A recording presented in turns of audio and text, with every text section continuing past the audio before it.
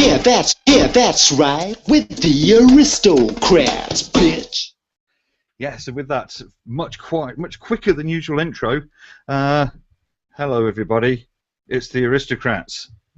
I don't know if anybody can even hear me. Hello. Can I be heard? Other people of the show? Yes. Yep. Excellent. So, anybody watching will notice we have a much smaller panel than usual. I believe Peter's somewhere on an oil rig. Mark's not feeling very well, and Mouty is doing things with family. So we have a stand-in aristocrat who's down here somewhere on the screen. Probably around here on your screen, people. It doesn't show in the same order for me, so I'm doing this because I'm guessing that at some point that is going to point at the right guest aristocrat. We have Mr. Cliff Jumper here. Hello, Mr. Cliff Jumper. Hello. You're joining us because the topic in hand today is one that is interesting to you, I believe. We also have downstairs on a different computer, instead of looking over my shoulder, my good lady wife. Hello, Kat. Hello. Hello, and we have Fiona all the way up in Scotland, who's waving at the screen. For those, I just realised I'm saying for those of you listening to the MP3 version, she's waving. Of course, I haven't actually uploaded the MP3 version for about 8 weeks now, so sorry about that. That is my fault, and I have been a little bit slack. But I was actually asked today by somebody if I'd been updating it recently because it hadn't been dropping into their iPhone, and I had to admit that I hadn't. Because sometimes it can be, hard work, and I forget to do it. So, yeah, it's the best I can do. So, we do have a topic.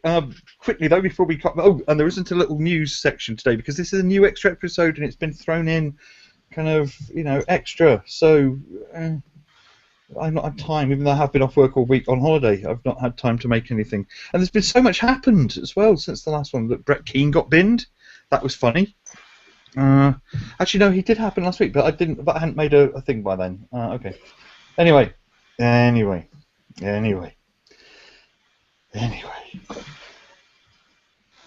is all that's happened online. There's been, it's been stuff has been happening. Stuff have happened online. But yes, so does anybody have any news they want to talk about, or should we hop straight to the topic in hand?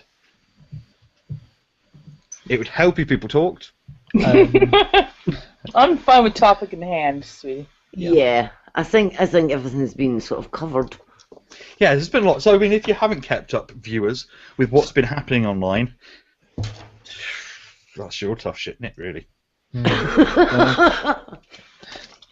I might make a little video about some things later in the week, and people can catch up with it that way. I might even stick it on the actual Aristocrats channel. Who knows? Who knows what might happen? Who knows? Yeah, hello, Alan, Dion. Yes, we are here. There's people saying, hello, are you here? Yeah, then I pointed at every space that didn't have a picture. Amazing. So I'm guessing everybody's over here. Yes. Jonathan Pebble. Okay, yeah. So I was pointing over here because that's where everybody's on my screen. So if you stop halfway through. About there. Stop. That's where he is. But that's from our point of view. That's not from the point of view of the viewers, because that's in a different place. Yeah, I know, it doesn't make any sense. So we do have a topic today.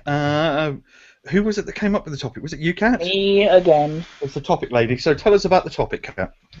Basically, last week we covered animals and ethics in relation to them a little bit, which obviously has a lot more to be said, and therefore we may do a follow-up show on that. But tonight's exciting episode is about medical intervention and medical ethics.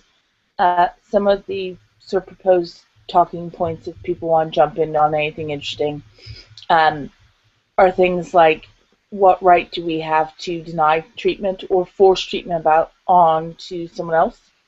So, for instance, if you have a terminal condition and you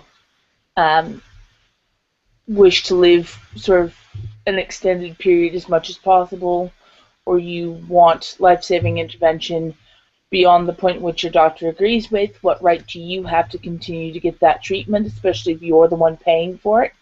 I mean, I can understand on the NHS you're kind of paying for it, but not really.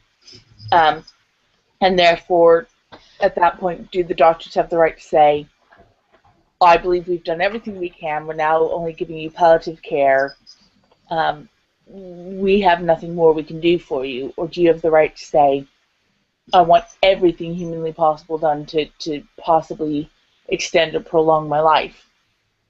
So that's one question to be asked. Another one is, ethically, what right do we have to deny having care? So, for instance, over a decade ago now, I had a cervical cancer scare, and at the time I was a single person, and I, at that point in my life, did not wish any treatment should it actually develop into cancer. My friends kicked my ass 7 shades of purple, going, how dare you, being in your early 20s, even think about not getting treatment for a treatable condition. And so that sort of brings me to, what right do I have to deny care that may be sort of not necessarily even just like emergency life-saving things, so the issues of do not resuscitate and DNRs, but just basic care. And that also leads into, what right do we as parents have to make medical decisions for our children? So, for instance, circumcision in the US is obviously much more common than it is in the UK, and I'm sure that both Cliff Jumper and Alex are perfectly glad that we don't lop off bits that they might enjoy later on in life. But it's a case of, what right do we have to make that decision for a child? Yeah. What right, for instance, under religious sort of beliefs, do we have to deny blood transfusions or basic care to our children because we believe that God will do it? So those are some of the things that were kicking around in my head when I suggested this topic for this week. And one of the things that's a bit closer to Cliff Jumper's heart, which we will be expanding to do an entire episode on, but I'd like to touch this evening, is vaccinations. So for a long time, obviously, Jane McCarthy and some other dim-witted celebrities have been putting out there that autism and other conditions are possibly caused by things like the MMR vaccination and things like that. So that's now been found that Jane McCarthy's child does not have autism, and therefore couldn't have been caused by vaccines because the kid doesn't bloody have it. Yeah. And how much damage has that done in getting the Mumsnet crowd to go, ooh, vaccines bad, you know? Mm-hmm. So, and that riled up a lot of people or caused a lot of problems for people, because you do, when you have a condition, you do go, was this caused by trying to do something medically sound? So, I mean, there's lots of bits and bobs, and I'm sure that with the background and opinionated nature of our panel today, there's going to be plenty to say on it. So I open the floor up to someone other than my gobby shite mouth. And very quickly, before we open it, somebody has commented saying, he never mentioned Kat's new show. Kat does have a new show. It's not a thing, Lee Mitchell. I'm not trying to keep it quiet. You know, Kat does have a new show. It's called The Mentalists. Anyway, that's that. Working title. Feel free to suggest other things, and that will deal with mental health, which also, of course, is another topic for tonight if we so choose to touch on it, which is, with all of the drama that's happened with Jason Burns and his beliefs that we have attempted to section him, again, what right do people have to deny possible treatment, and what right do we have to force them into treatment if we think that is the best course of action? Yeah. That said, we have not tried to force Jason Burns into mental health care. We could not section him if we tried. No, but it does raise the question. Yeah, and that we will, if we cover that topic later on, we will cover it in a more general way, because that's enough Burns chat for the evening. So I was catching a small thing that just floated past me. Are you burnsed out? Yeah, I'm burnsed out. I've got 3rd-degree burns. So yes, today's topic then. So well, where should we start with this? It's a biggie. Well, we've got Mr. Cliff Jumper on the panel, who's somewhere along here for people watching. Somewhere at the bottom. Yeah, somewhere at the bottom. So, unlike our former favourite YouTuber, Brett Keane, I'm not going to keep myself as the main focus throughout this so that nobody can understand who's talking. So, Mr. Jumper, what are your thoughts on this?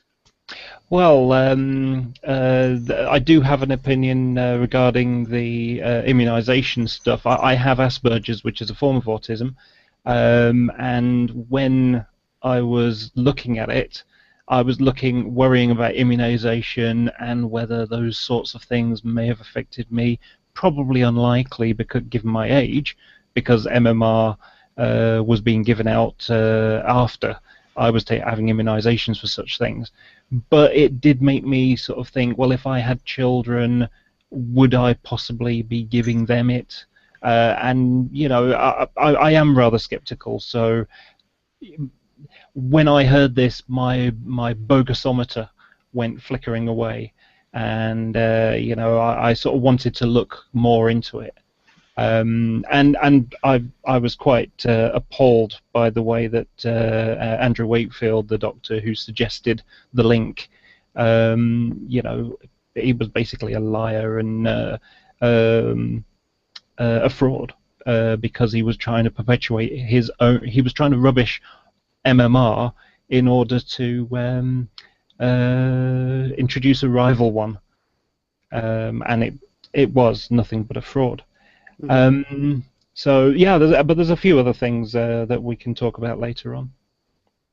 I would also point out that that this same subject on MMR goes into medical ethics in another way, in that the children that were used in that study, the parents had not given informed consent for the surgical procedures that were carried out on the children to obtain the bowel biopsies. And in fact, one child suffered very, very serious complications from it. And this was all purely for the Wakefield study. You wouldn't get away with doing that to animals for an experiment.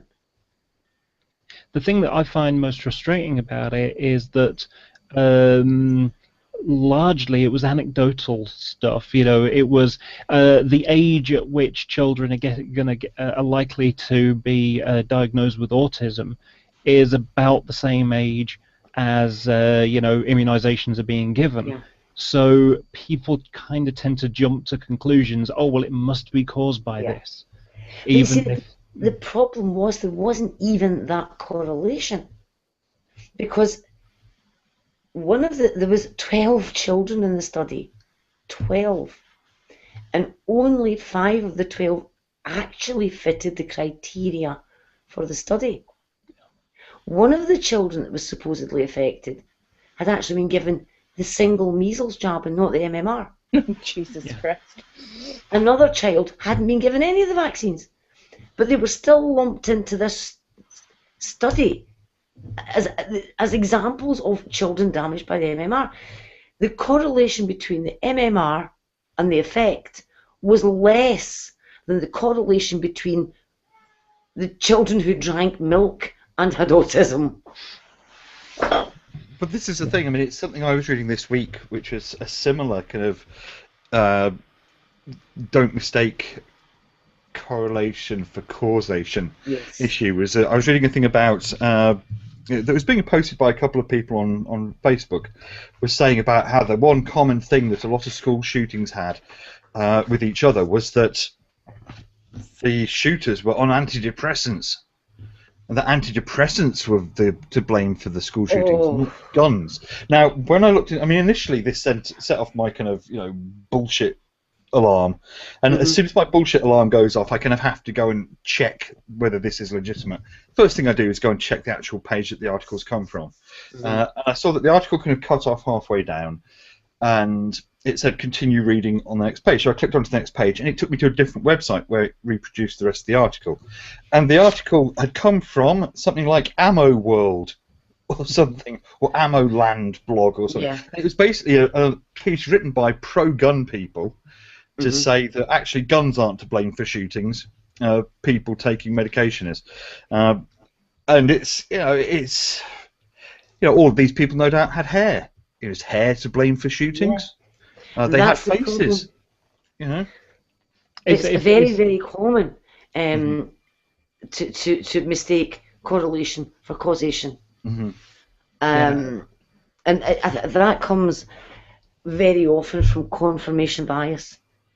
Yeah, there's another one such as, violent computer games are likely to do it, or video games are addictive. Well, no, video games, can affect people who have addictive personalities. Yes. It doesn't mean to say the two are, mutually compatible. Yeah, it's easy to make the leap to decide that one thing must lead to the other. So the thing with the Wakefield case was that he didn't even draw a particularly good correlation. Wasn't he the one that his lab was at the bottom of his garden and was a shed? No. Was that somebody else? He was I'm going to pull up a still from a video. Okay. And if I can find it, and I will screen share it, because it's a graphical. It's basically his data, and you'll see what the problem is when I actually find it. Right, here we go. Right, now I don't know how on earth I screen share this. It's the little green icon on the left-hand side. Right, screen share. I will make you the main focus. Yes. If you can get it to work. So there we go. Right now. So there I am. Hello me. There's your desktop. There we go. Right. I want to look very carefully at that graphical representation there, okay? Now that is the data that you get out when you carry out a real-time PCR reaction. So that's showing the amplification of the product. For the idiots And in you the can room, see- such as me, what is PCR? It's polymerase chain reaction. And what you're doing is you're using an enzymatic reaction to copy a piece of genetic material. And you use primers that are very specific for the target that you're chasing. So only your target will amplify. So you go from 2 copies to 4 copies to 8 copies to 16 to 32 to 64. You get an exponential increase. Now, if you look at that graph, this is showing you what you should get.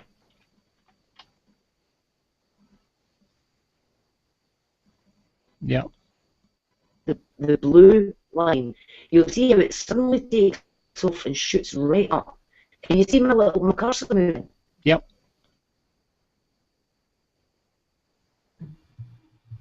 Yeah, I can see that going up and down. Yeah, because nothing's really happening. And then the red line, yeah, but you see how the red line just takes off? Now that's because they start off with 1,000 copies of the target present. If you start off with less copies present, you'll notice, like with the blue line, it takes off later. It's taking off at about cycle 22. See that? So that's like a dilution series of the target. And you can see where the reaction actually takes off. That is a positive reaction. Okay? But look very carefully, particularly a little bit underneath the horizontal red line. Yeah. Now, I'm going to show you Andrew Wakefield's data. There it is. Oh. Note, nothing takes off. Yeah, it's Zero. just a jumble. There is no exponential increase, it's just a jiggly line. Now, the reason it starts to climb round about cycle 20 is because the little the marker that's attached to your primers starts to degrade through the cycles. So you begin to start getting more background noise. But all of those would be called negatives. they have no exponential phase, which you can see. Yeah. Look at that exponential phase. That's the positives. And you'll notice, you see the cutoff point there at 10 to minus 2. Yeah. Yeah. Now, the actual CT is usually taken halfway up this steep slope. And if we look at Wakefield's data again, look at where 10 to the minus 2 is. Well below the threshold. That's that hard black line running along there. Yeah. Nothing.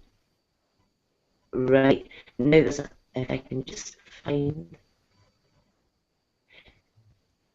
what he did, if I can find it within this video. I don't know if I can. The threshold, if you look at the positives, is actually 10 to the minus 1.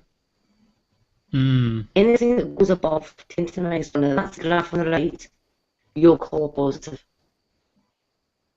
Look where that line is in relation to his, where the 10 to the minus 1 line is. Those goalposts have been None of his moved samples immensely, reach 10 to haven't the they? minus 1. Now what he's done here is, the machine itself, the actual equipment, draws. Yeah, the machine itself tells you what your CT value is. That's your cutoff value. So the graph on the right is 10 to the minus 1. Okay? Yeah. Andrew Wakefield manually moved the red line down to 10 to the minus 2 to get some of them to come up above that red line. He moved the goalposts. He moved the threshold that the machine had set based on the final detection levels way up here.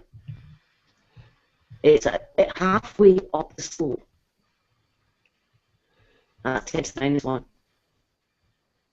And if you look at the graph on the left, you can just make out up here. There's 10 to the minus 1. What I'll do, Fiona, is I'll actually share it on mine. That's so I what he did. full He screen. moved it. If you give me a So I moment, can do Fiona. that as well. Hold on. Yeah. I think it's just the problem is I think it's causing you some problems with bandwidth. So because you're breaking up quite badly. Let me just go full screen on here, Ah, right, okay. and then you can talk us through what we've got here. So on here, I mean, it's from what you're saying, he's got obviously there's the 10. I don't know what any of these symbols mean. 10 to the power of minus 1 there, and it's different. There's the same level on the graphs, kind of to the same scale almost, and he's moved it from here, where he's on his original 10 to minus 2, and he's moved the threshold up to there. Is that correct, or is it the other way around? He's moved it from. I'm pointing at my screen. Alex, do you want to make yourself the focus? I should be actually. Yeah, I am to everybody who's watching, because I've got the blue around me. The graph on the right shows you where the correct threshold should be. Right. And that's at 10 to the minus 1. Right, so all of his figures were all negatives, basically. They're all, look at it. All it does is jiggle up and down. Yeah. And then you'll start to notice a little climb. Yeah. Starting round about cycle 30, 32. Yeah. Okay? Now, when we're talking about cycle 32, we're talking about the 30th doubling. Right. So remember, 2 to 4 to 8 to 16 to 32 to 64 to 128. And that's only 7. Right. Now, if you look at the example on the right, have a look at where they take off cycle number along the x-axis. Right. 14, Cycle 15. 14, 15, 16, etc. Mm-hmm. And now look at his, at that. That's just background noise, and it never, ever gives you this sudden whoosh straight up. No. That's what you're looking for in a positive real-time PCR reaction. Mm-hmm. Suddenly, it just takes off. While you're still in the numbers of 2 to 4 to 8 to 16, etc. You're not able to detect them as low as that. But it's an exponential increase. Now, it's a logarithmic scale on the left-hand side, which is why it's a straight line going up. Mm-hmm.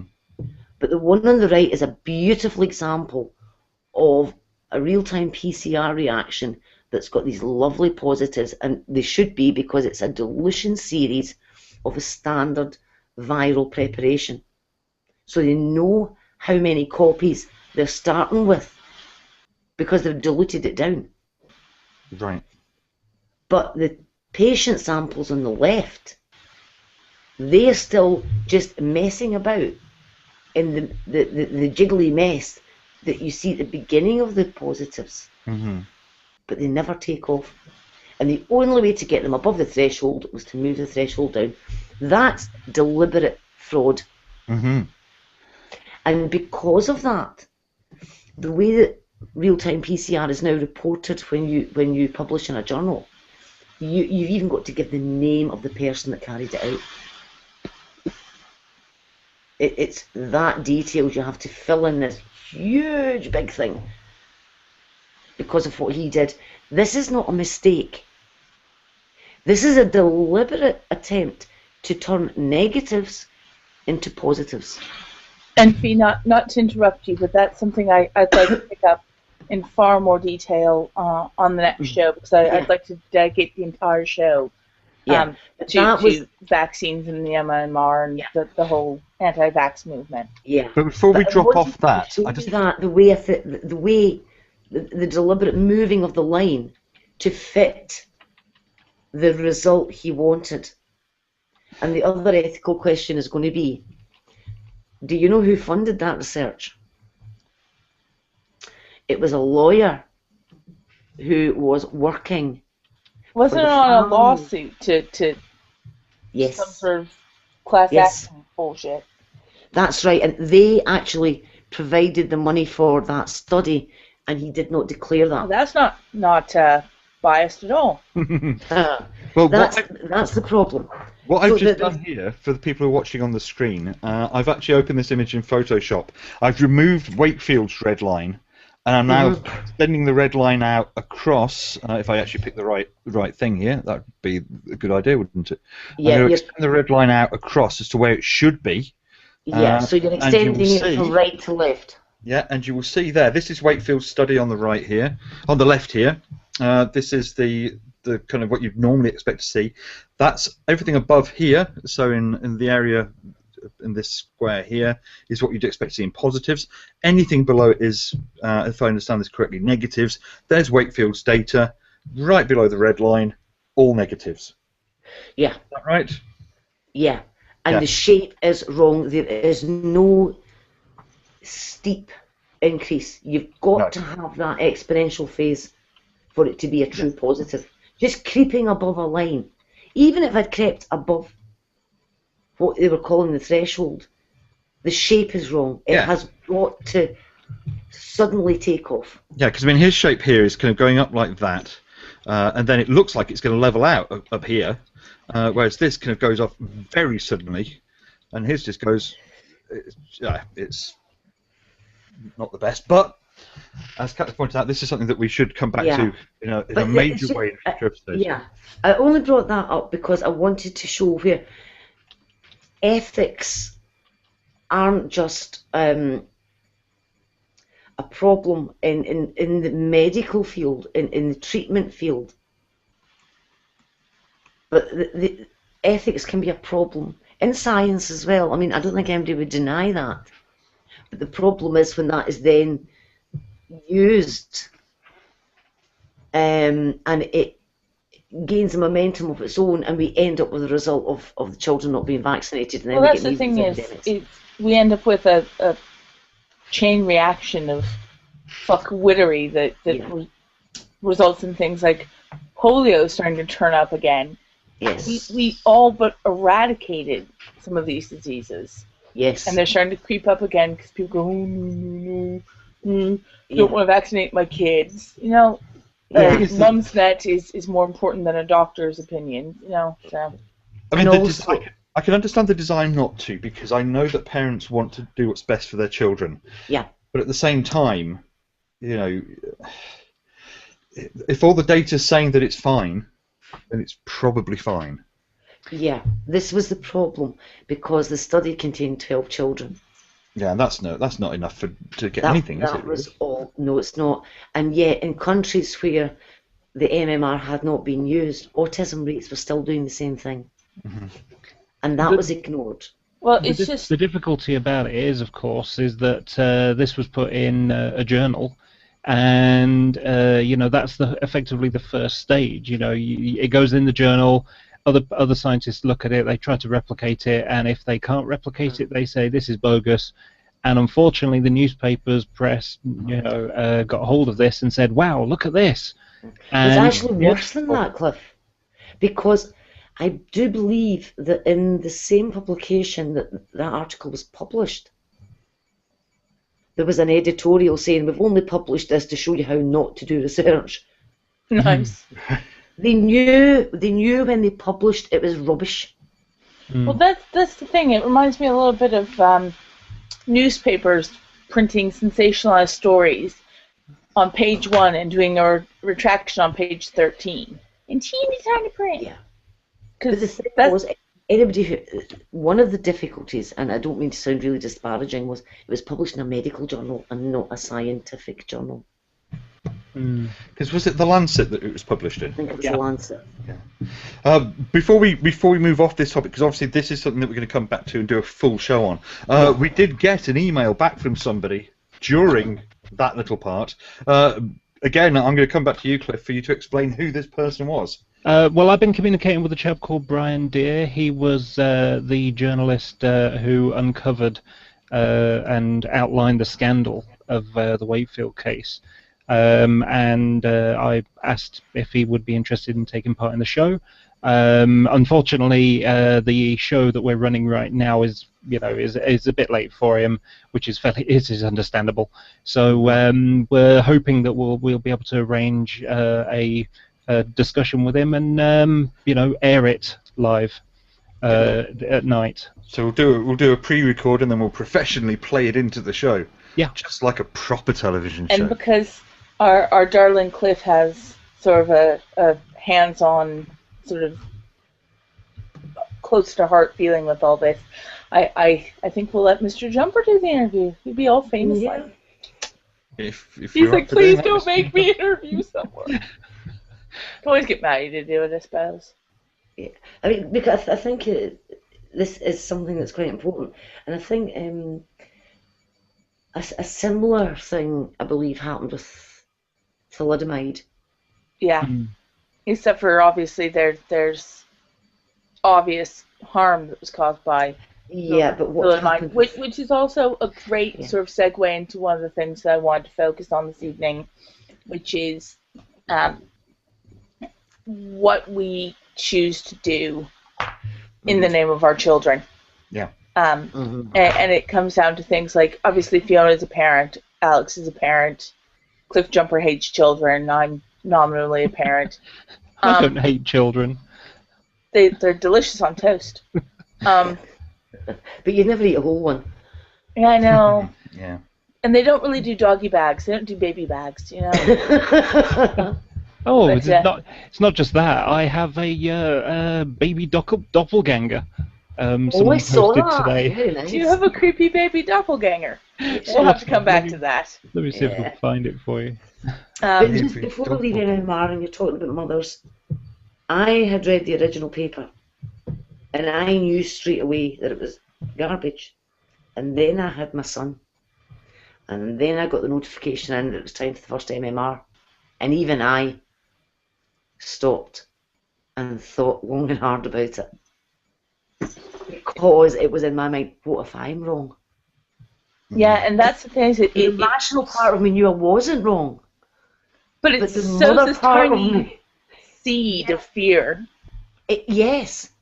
And I had to go back to the paper and read it and read it and read it and read it and tear it to bits. And say, Fiona, stop being so silly. You know this is rubbish. You've been saying this rubbish since it came out. Why are you now getting all worried?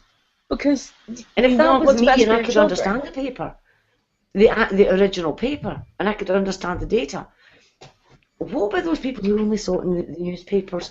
Maybe when we talk about these ethics, we've also got to talk about the media. They're not going to be having a great big story about how safe something is. Are Well, they? that doesn't sell papers, does it? No, it doesn't. And I mean, there's a huge role that media plays in sort of what gets funded, what gets researched.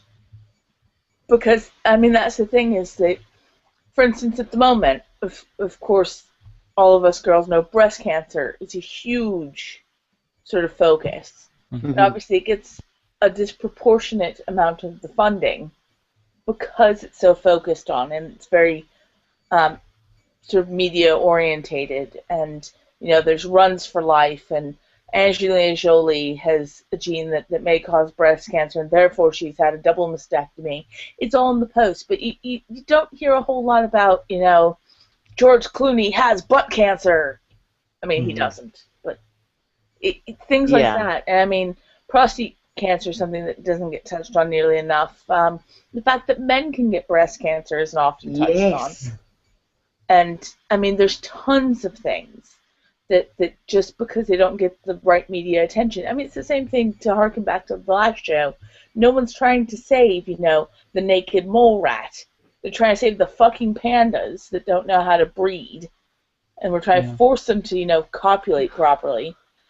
Because they're fucking cute. But no one wants to save, the six-faced wing insect. Because it's fucking ugly. It just doesn't get, the publicity. And that's the thing is media plays a huge role in how we perceive medicine, how we perceive disease. It's the same reason why, for instance, medical shows both can,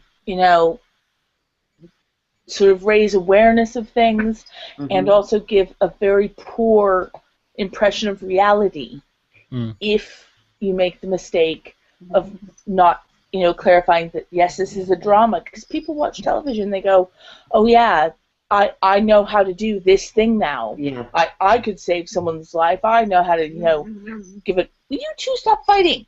Tracheotomy. I've got cats battling next to me. Could I just say, just for ethical reasons, that graph that I pulled up came from a video by Concordance. I don't think I mentioned that. So I have to give credit to Concordance for that YouTube video. And it's a good video too. Yeah. Worth watching.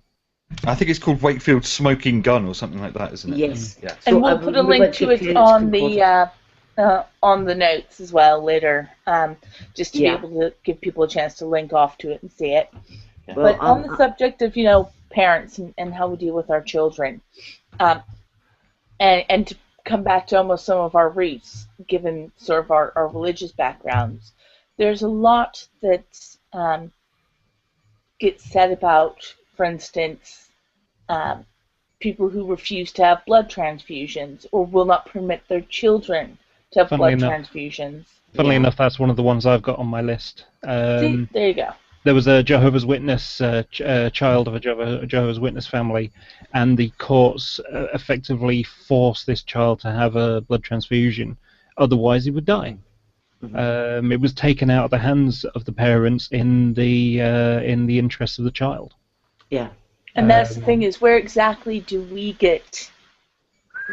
draw the line in our right to do what we believe is best for our children versus what the doctors think are best for our children, and at what point does that responsibility shift away from us, and as adults do we have a right to deny a certain amount of care? But just sticking with kids at the moment, I'm sure that obviously Fiona can discuss or not discuss her own family situation as much as she likes, but one of the things I wrestled with personally, being American, was whether or not to circumcise my son.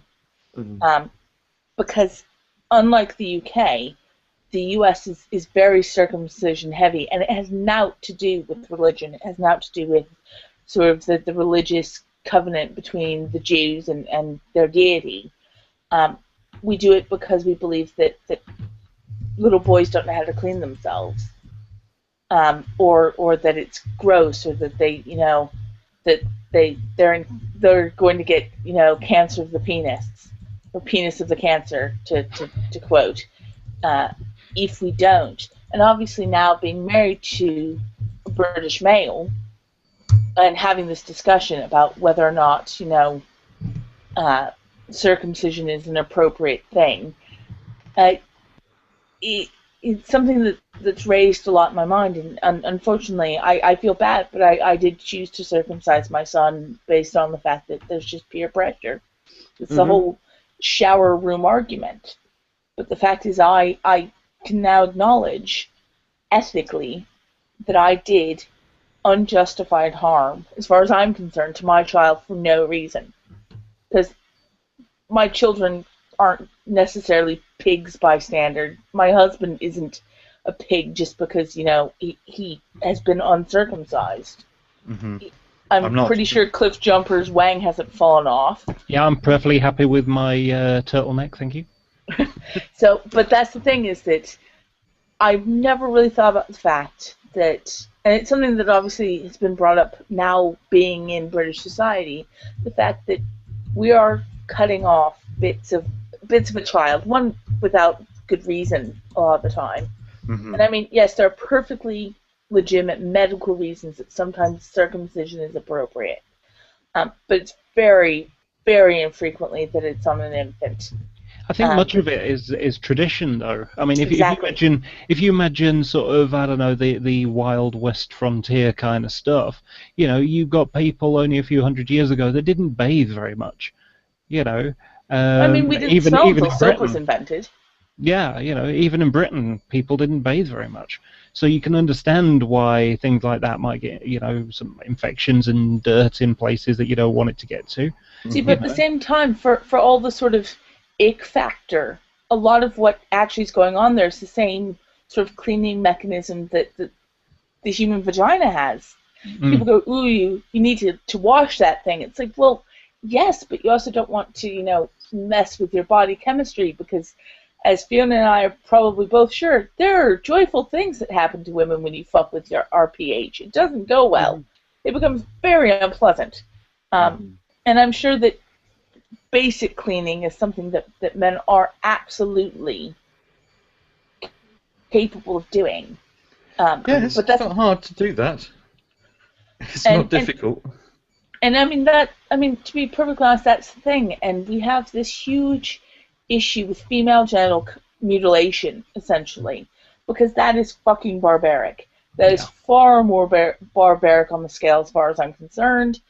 Because last time I checked, they're not lopping off the head of your penis, but still, the fact that we draw this line saying, oh, cut off the foreskin of our children.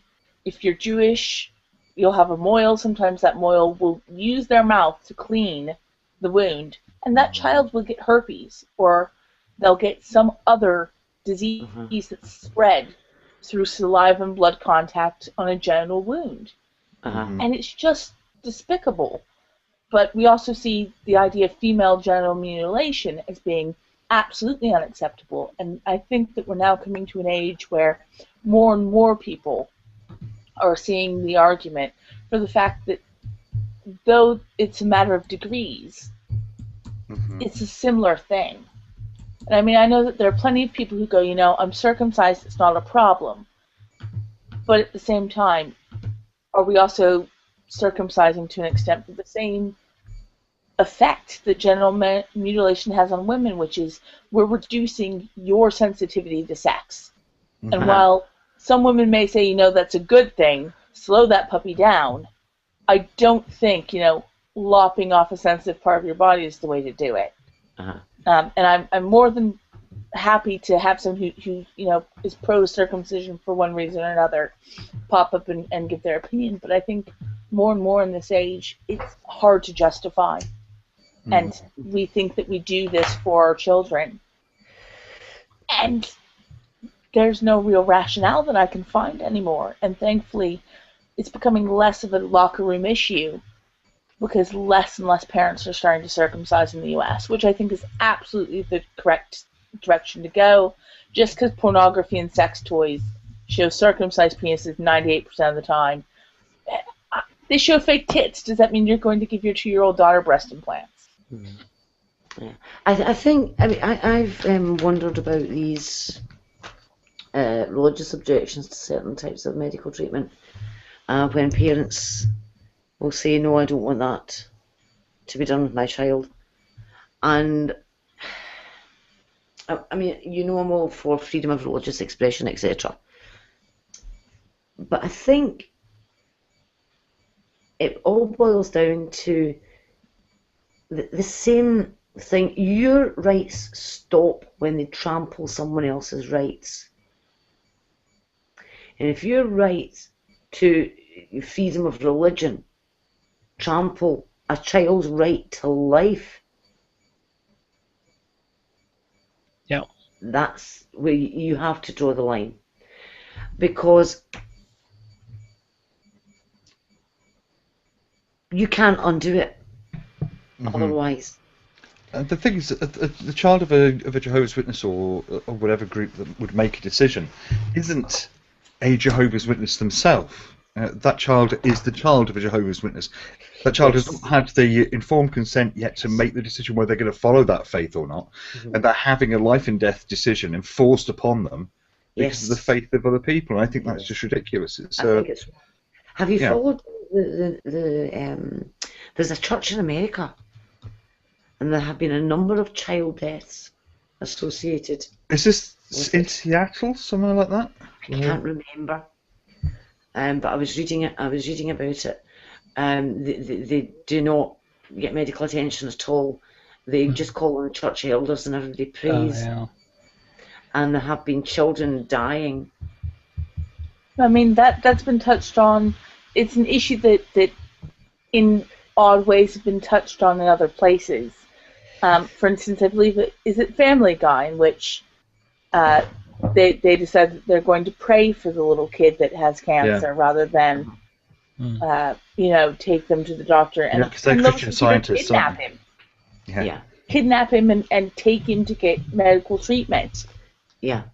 And so that, it is leaking into the popular sort of consciousness that way. Yeah, and I think it has to, because, as I say, your rights stop when they trample someone else's. And your right to religion is nothing compared to the right to life of someone else. And I wouldn't be at all surprised in the case that you're talking about just praying to make cancer go away. I wouldn't be at all surprised if they've read one line of the Bible that says, praying will heal all wounds or something like that. In the same way as the Jehovah's Witnesses, thou shalt not spill blood, or whatever the phrase is. And they've taken that one and made a whole sort of cult part of it. Or the snake handlers, because they read one line that says you won't be bitten by a serpent or something. And it's dangerous to go across literal senses like that. Yeah, you would think they would notice the number that have died from snake bites. Yeah. But taking it literally is not a good idea. And therefore, doing the same when it comes to a sick child is possibly not a good idea either. Yeah, and I mean, on the flip side, Fiona, just as a personal question, because it's something that the archivist has said in the comments. If your son was ill, very, very ill, at what limit would you stop trying to help? Because we recently watched a program discussing Cedars-Sinai and the fact that people who are quite possibly terminal or in comas with very little chance of waking up are literally throwing money at the doctors and saying, as long as I pay, you will treat my child, or you will treat my husband. Yeah. And, for this tiny odd of them being okay, how far would you go, and how do you feel about the fact that, at least on the NHS, when they say they're stopping, they do? Yeah. That was for anybody who's not seen it, that was the Louis Theroux LA stories, and it was the second one of the series. And we'll come back to that in a minute, because it was really interesting. But yeah, like Kat says, where do you stop? Yeah, I think I think maybe it's going to be different for different people. I mean, because I started out in the medical field with medical bacteriology, and so I had to study quite a lot of pathology. And I may come to an understanding that someone without that background might not. They may choose a different cut-off point than I do because of the background I have and the background they have. And I wouldn't say that my choice would be right. I'm not saying that for a minute. I'm just saying it would be different. But I have stated previously that if it got to the stage where the doctor said, you know, we've done everything we can, there is no more we can do, except keep your child, you know, as comfortable as possible. And if my child was not comfortable, because that's one of those words that, I mean, comfortable as possible in the end stages of a terminal disease can mean screaming in agony, because that is as comfortable as they can possibly get you. And I think if it came to that, and if the hospital was unable legally to do anything, I think, and this might sound horrendous, rather than watch my child go through that, I would possibly take steps myself. And if that meant that I was condemning my soul to a fiery hell, or years in prison, or your body in prison. Yeah, but no, I would. No, but I'm thinking more along the lines of the religious aspect here. Yeah. Even if it meant an eternal fiery hell, for me, I would choose that for me rather than the suffering of my child. Yeah, and I mean, I can certainly understand that. I mean, I guess the thing is with the show we watched last night with the Louis Theroux thing, which if Alex can find a link to at least the description and put it in the comments, that'd be great. There was a young man who had been in a coma, unresponsive, for 36 days. And he had passed the point in which cyanide says, you know, generally once we've hit this point, they're not waking up again.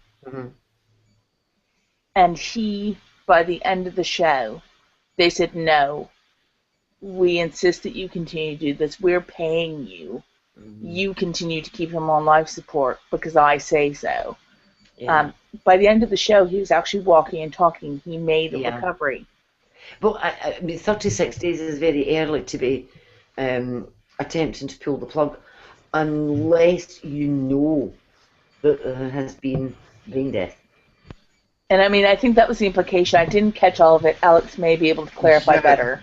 The implication was, from what I recall of it, was that the staff at the hospital were of the opinion that he was going to be in a persistent vegetative state. They weren't seeing any improvement at all. He was making kind of basic kind of automatic responses to things, where if you kind of went like that near to him, he kind of like blinked and things and would follow movements around the room. But nothing was really kind of happening beyond that. And the show was following three different people in the hospital. There was him, and there was two other people. I think they both had cancer. And the hospital were pretty much all for kind of saying to the family, look, really, it's time to stop. It's costing you a lot of money. It's not going to improve. And it may be actually putting someone through additional pain. And the family were very much like, no, we're going to keep on with this. You know, it doesn't matter what it costs. We've got the insurance. We're going to keep on with it. Whereas the other two people it was following, they were very much. The families had a kind of different take on it. We're kind of like saying, well, he's in a lot of pain and he ought to be allowed to die. And the staff were saying, and the patient was saying, no, try this, try that. And it was talking about how if you've got the money, American hospitals will try to do things even to, you know, give you an extra week of life. But there's a flip side to that that you mentioned, and that was that the doctors were taking into consideration with the patient that thought that was in the PDS, that they were weighing up the likelihood of recovery with the cost to the family. Yeah. And in Britain, that question would not come into it. Mm-hmm. The doctors don't have to take that into consideration.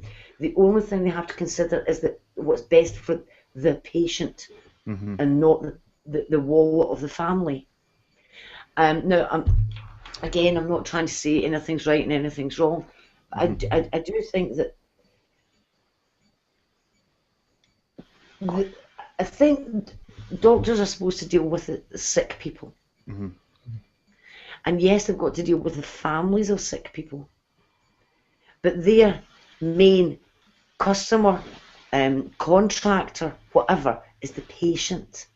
Uh-huh. That should be the prime responsibility, should always be the patient, and not the financial circumstances of the family. But Now, what about the patients who, for instance, the cancer patient who was like, no, I don't want palliative care, I want you to continue to treat me?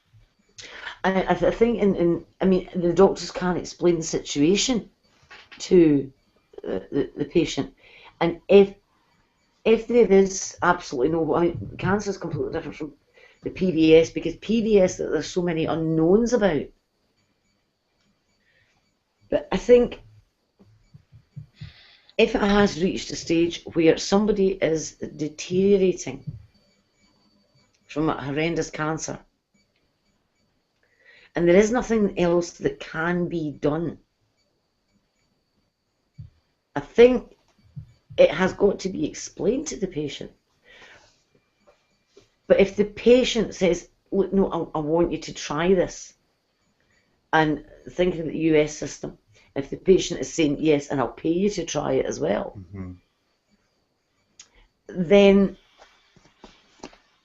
even knowing that it's not going to change the outcome, I think that for the mental state of the patient, the doctors should go with it, unless it's actually going to make things worse for the patient.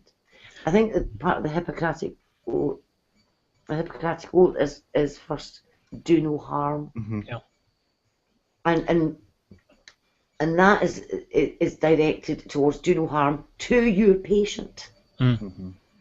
The thing that was interesting as well about it, you did point out, if I'm remembering it correctly, it's either in the show itself or in some of the press surrounding it. He pointed out that because of the way the American model works, where the money can be just thrown at things, as long as the patient requests it, American doctors will try things out that often won't get tried elsewhere. So sometimes cures will come along that will then benefit people globally, because somebody's just said, keep throwing money at it until it fixes it. And a lot of the time that money just goes down the pan. It doesn't fix anything. But, 1 in 100 times, somebody's going to have something positive happen that they wouldn't have tried. It'll cause them to think in a different way and go, well, what else can we try here that we haven't tried? If money isn't an issue, let's try this. And they can experiment more and try it on live people who are able to do it. I mean, it's like this thing in, I think it's Philadelphia, where they're doing the trials on gunshot and stabbing victims, where they're immediately, what was it they were doing? Was it they were immediately replacing their blood with very low temperature saline? They're basically cryostasising the people in a weird way. Yeah, they're putting into a kind of weird suspended animation where it gives them hours chill extra time. Blood right down. Yeah. It's giving them hours of extra time to fix things that otherwise would have been fatal. And the way they've done it, because they can't, do it by getting people to volunteer to be stabbed and shot, they have asked the people of, I think it is Philadelphia, they've asked them to opt out of it rather than to opt in. And if people have opted out, then they won't try it if they happen to come into the emergency room with a gunshot wound or a stabbing wound. But keep in mind that they're, just for the audience, it's something that otherwise would almost certainly be fatal. So they're not playing with people who it's a 50-50. Yeah. we try this or you're probably gonna fucking die. Yeah. I mean, what they've said basically, it has to be a wound. I think it has to be an open wound. It has to be a chest wound. I think it has to be massive blood loss, and I think maybe the heart has to have stopped. And all those things need to be in place for them to do it. And the guy who's leading this trial is saying that what had always frustrated him in the past was he'd known that it would work, and the amount of times that he'd had to kind of call time on trying to revive people when he knew that he could still bring them back. And he said that he shouldn't be having to bring body bags into a room when he knew that he could have saved them if he was allowed to do it. Yes. So they're now trying it. They're going to try it on 12 people to start with. If it gives positive results on those first 12, they'll do it on another 12, and then they'll keep on going like this. But it's something that has been seen before. I mean, it's like people who've fallen into icy water have often been, fucked for hours, but then are able to be revived and without brain damage and things like that. So that's mainly with children, and it's because below a certain age we actually still have the dive reflex, courtesy of evolution. Sorry about that. No, evolution's a lie. Stop your evolution lies. Evolution from the lientists. Yeah, you lions. Yes. A friend of mine had a very interesting procedure done on them. They had half of their heart died. Only one half was beating. And unfortunately she died after the procedure because she'd been going for so long that she was too weak to survive it. But what happened was that she was having to have she was on oxygen to hyperventilate her blood because it wasn't able to get all the way around her body, with only half the heart beating. Just not enough power, effectively. And what they ended up doing was sticking 2 needles into her heart and zapping it like CPR kind of thing, clear. And it did work. Unfortunately, while they were trying to decide what to do, she put on a load of weight. She had a lot of water retention, and by the time they sorted that, she basically was too weak, and she died a few months after. And it was really tragic.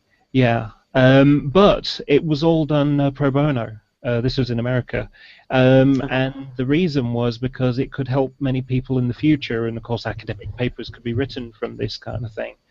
And normally she would have just not had the medical insurance to cover that kind of thing, and I'm not sure what would have happened, I suppose. But it does bring up an interesting thing in the UK. I'm sort of going off on a slight tangent, but keeping on the topic in general. We like your tangents, it's fine. In the UK, a part of the NHS is NICE, the National Institute of Clinical Excellence, and they're the people who decide what drugs are available on the NHS. And they have a very difficult situation at times. Most drugs are okay, and there's always the problem of new drugs cost more money, so therefore, and there's only so much NHS money available. But the kind of thing that they do end up in a bad situation is where there's a medication that maybe will cost £40,000 and gives someone with terminal cancer an extra 3 months, and they have to sort of weigh the choices of whether it's worth to spend £40,000 on someone for 3 months. Is that really fair? Is that really sustainable? And they sometimes, I mean, there was a recent one where they've had to deny that medication. Now I'm sure that you can probably get it by paying it yourself, but it's quite a cost to pay, and it is the difficult situation of where is the line where life is more important than money.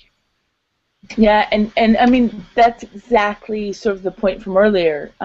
So that wasn't all that much of a tangent. I do want to look at the flip side though, from a personal perspective of what we were initially just discussing there, which is okay. How far do we go to save a life? Where does the right of a human being come in to deny care, though? Not necessarily for a child, because obviously we've touched on the fact that that's infringing someone else's right. But Alex, obviously personally, when he heard the story of the fact that I intended to let me give you guys some background, because I had a very odd way of thinking about life at one point, which was, while I appreciate the concept of medical science and what it can do, my personal decision at the time was that if I was in a situation that would be fatal without medical intervention, so cancer, serious car accident, any of that, because I believe that, or believed, we have such an overpopulation problem, and sometimes, Darwin sort of, survival of the fittest. I'm stupid enough to get smashed by a boulder because I'm climbing something. I thought, I should fucking die, and it was sort of my choice to go, I don't care if you can fix it. I don't want it. And obviously that caused extreme distress in my friends, and caused sort of after the fact distress in Alex in discussing the fact that had my abnormal squamous cell count gone up and gone from being a possible precursor pre-cancer thing into full-blown cancer, letting myself die was something completely treatable. And for a long time, that's why I refused the idea of going into the medical profession, because one, I'm obviously a horrible cow, and I'd be like, let that one die, fucker. But I have a real hard time, or I had in my 20s a real hard time, the idea of necessarily medical intervention, in the sense of there are a lot of problems in the world. Sometimes I do think, it needs a bit of thinning out.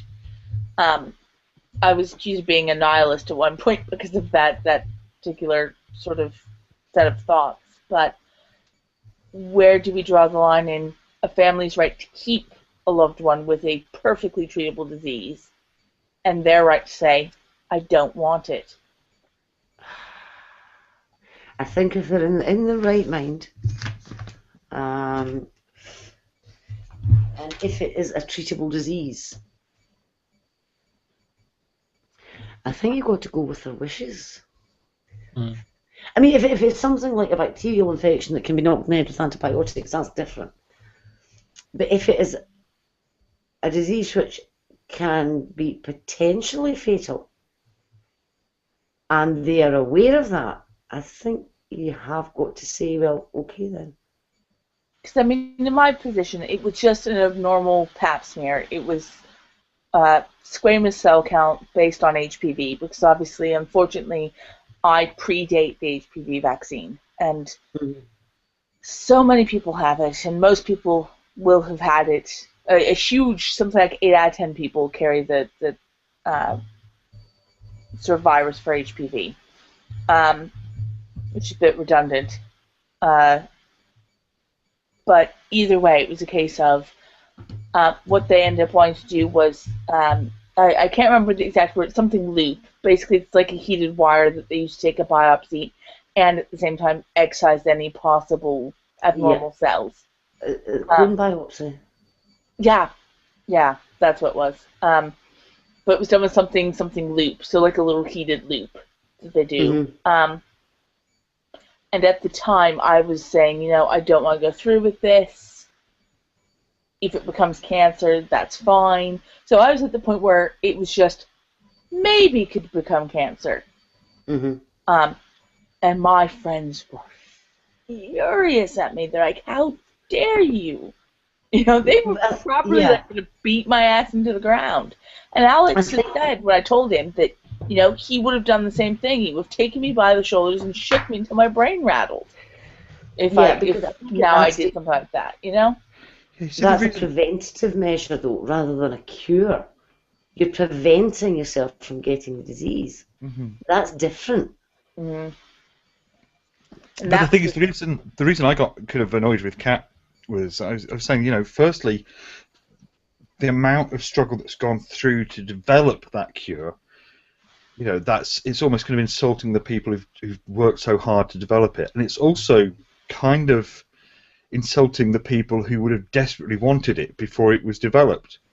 It's something that we can now cure, relatively easily or prevent. then why not do it when people, 100 years ago would have given all the wealth and all their belongings to have that option, and we just go, yeah, whatever. I'm going to choose not to have it. It's a lifestyle choice. It's like, And to harken again back to a previous show, that does, to an extent, I mean, it's the same sort of thing on a much smaller level that you see with, for instance, veganism. It's the idea that it's like, to get where we are, we had to eat meat. And now people are choosing not to, which is fine, because, you can get on perfectly well without it. But it's one of those things that, for me, I still have a tiny part of me that has a problem with life-saving measures. I only recently reneged on my desire to have a DNR, because it's one of those things that I don't want to end up a vegetable. And to be honest, sometimes I think that nature does need to run its course. If I'm going to be smashed and I'm spread out across the motorway, don't scrape me up and put me back together, And Alex seems to think that's horribly selfish of me. Because, to be fair, it's me basically abandoning him as dead. I think you have to be very specific, though, when it comes to DNR. Yeah.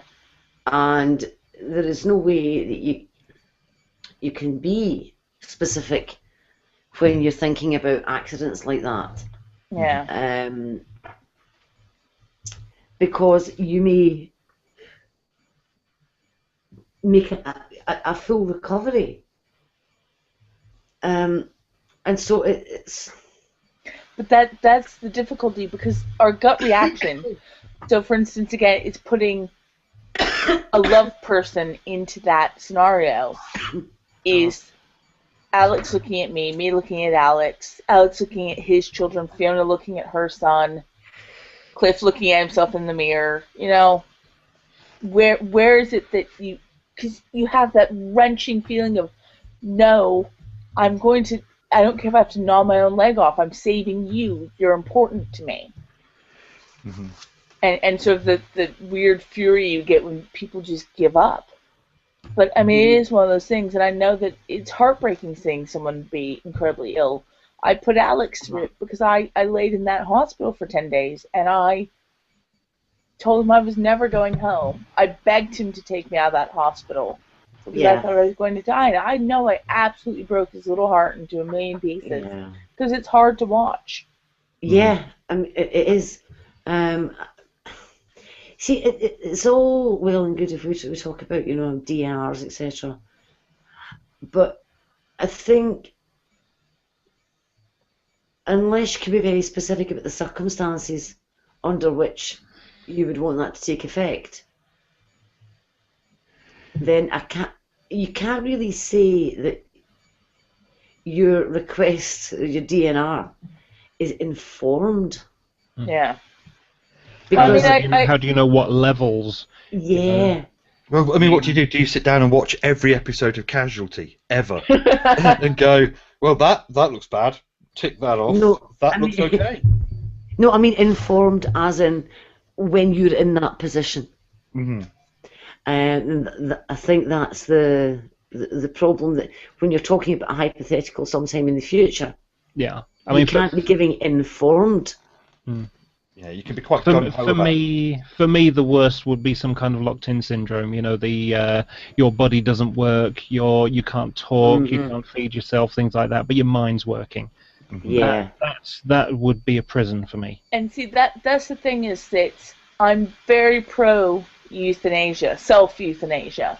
Funnily enough, that was one of the things I've got on my list as well. That's the next stage, isn't it? That's where do you choose not to, not to receive it, or whether to actually say, no, I don't want to continue. Not enough that I don't want to accept treatment, but I do not want to live anymore. Yeah, and I mean, that's a conversation I actually had with one of my customers when I was at Lloyd's Bank. She was actually discussing the fact that her mother was going to Switzerland. And we ended up having a little conversation. And maybe it's because I'm American and I have ADHD, but I got away with so many conversations I probably shouldn't have had on the phone. But we had a little chat about it. I said, as far as I'm concerned, if I'm in immense pain and I have a choice, then yes, put me in a position to push my own button if I can. Yeah. And make the choice for that to end. I said, the only downside of the whole Switzerland thing is it's not in the Bahamas. Because seriously, I want to sit on a beach watching the sunset with a pina colada in one hand, a button in the other, and some men in tiny, tiny gold lame pants. And that's how I want to go. Because as far as I'm concerned, there is no afterlife. So, I might as well end it with, a pleasant thought. And be done with it if I have terminal illness, Now, I've been hunting for a picture. Tiny gold lame pants. I've just found it. You know how we were talking about throwing money at a problem when there is no hope, etc. Aye. Right. But there's another thing about ethics that concerns me, and that is about people who have been unable to see a medical professional because of the cost. Now, I'm going to warn you ahead of time. This isn't nice. But this was a young man who had a very small pimple on his back. And because he lived in the States, he didn't have health insurance, and he couldn't afford to go to his primary care provider in the first place, let alone anywhere else. Okay? I'm warning you now, this isn't nice, but this is what Has happens. it become a massive cyst? No. But this started, as I say, this was a small pimple. My face is not a small pimple. Just to have it checked out. And this is what he presented in hospital, eventually. You're showing Alex's face. Oh, sweet Lord. That's a malignant melanoma. That's malignant melanoma. On the right-hand side, you can just see his buttocks. Yeah. That's his whole back. Oh. Now, where's the ethics in that? I think I've on-screen shared now. Yeah, that's probably the best. Where are the ethics? Any ethics that says that someone who has no money ends up like that? The best they could do for that poor guy was to remove as much bulk of it to make him comfortable and then give him palliative care. Yeah. You know yourself, a malignant melanoma the size of a pinhead can be enough to kill you.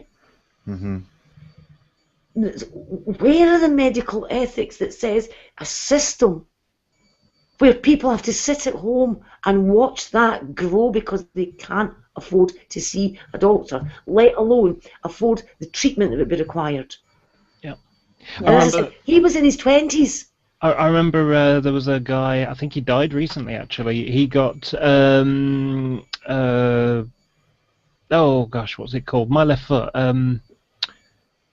Elephantitis. My left foot. There was the film was called My Left Foot. Yeah. Anyway, he had elephantitis of the testicles. Ooh. And they were huge and they were dangling down, and it was just. But because he was poor and he couldn't afford the medical insurance, he couldn't get anything really done for him. And it was only thanks to getting it in the press and things like that that he managed to raise money. And the thing about it is that if he was on Social Security because he couldn't afford the insurance and he was ill, so he couldn't work, and so rather than spend, let's say, $10,000, $50,000 on him or whatever to treat him, so he could be back at work and contributing to society, it's an arse round system for that. Surely it's better to have healthy people who can contribute to society than sick people who can't. With easily curable diseases.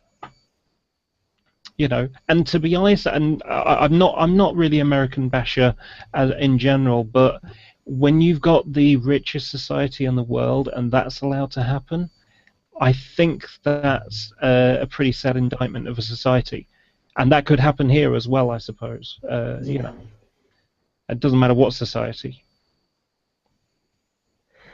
Yeah, I think that was the point I was trying to make there, because I mean, in a way, sometimes I think the ethics debate, we get bogged down in what should you do in this case, what should you do in that case, what should you do in another case. We seem to have lost Alex, which means we may go offline in a few moments. And Kat. So you all these ways of arguing what we should and shouldn't do in certain circumstances. Yeah. And yet nobody is arguing about that. And that young man. Yeah. And the ethics of that and the morality of a system that means that that is going to happen to a lot of people. Yes.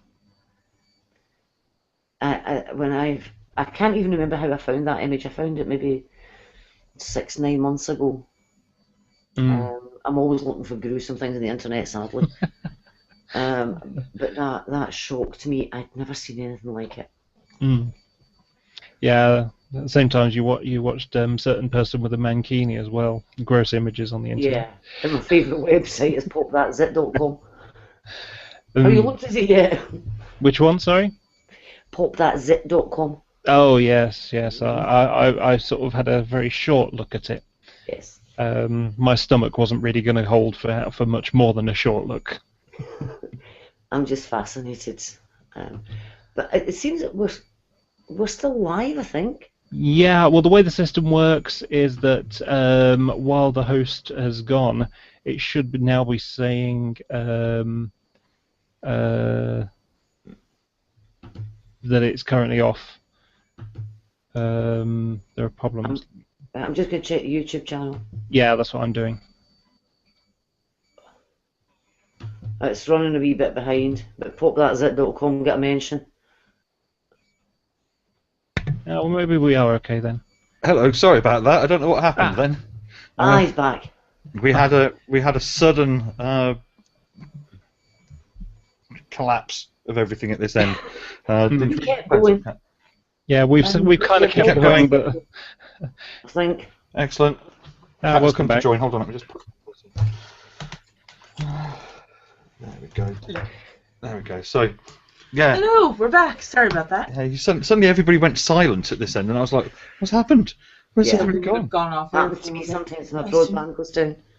Yeah. The other, do you know, something I wanted to also ask about is when it comes to medical ethics of the medical profession protecting their own when they have an incompetent surgeon and nothing is done about it. It's, you know, well, they must know what they're doing. Nobody really looks into it until it becomes Harold Shipman-esque. Yeah. The Well, ethics of that, of being a non-whistleblower. yeah. Look at the old Staffordshire, hospital scandal. I mean, look at the doctor that burned his initials into the livers of patients that would have been my consultant. Yes. Yeah. You met him, didn't you? I met him. Oh God, he was an absolute arrogant arse. Yeah.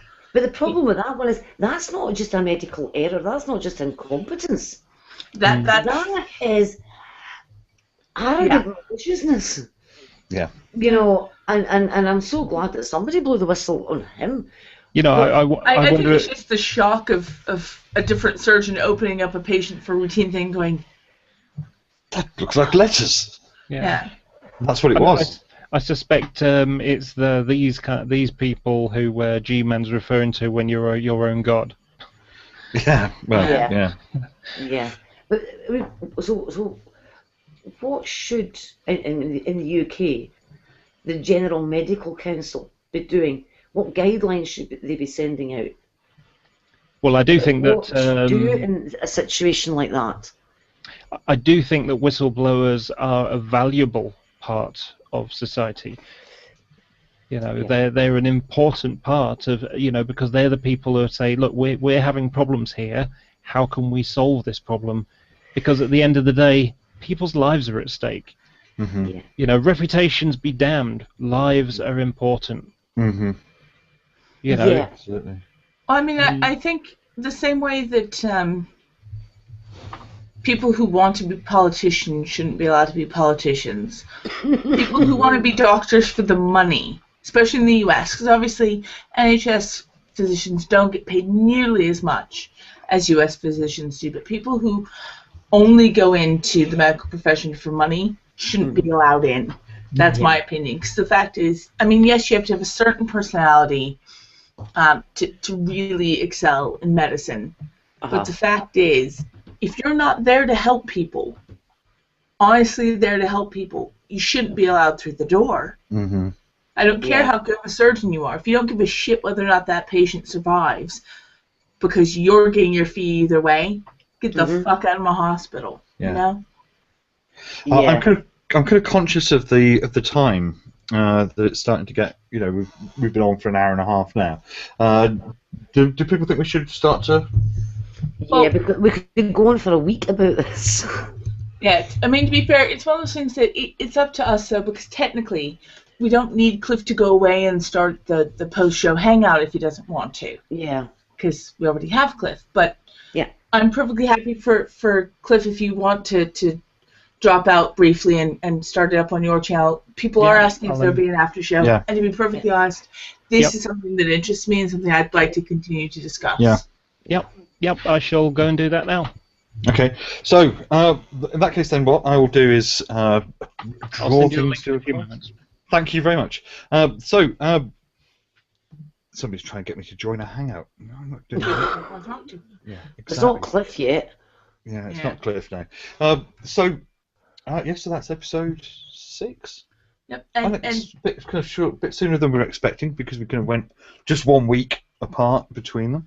But I think it's been a really fruitful show. I think this is one of the most focused shows we've managed to have. Yeah. And I think that's mostly my fault. Because I've kept us on track for once, bitches. I couldn't keep my own show on track, but I've kept this one on track. But we welcome once Cliff has the show up. We'll have a little bit of a chat as usual. And then, by all means, we'd love people to come in.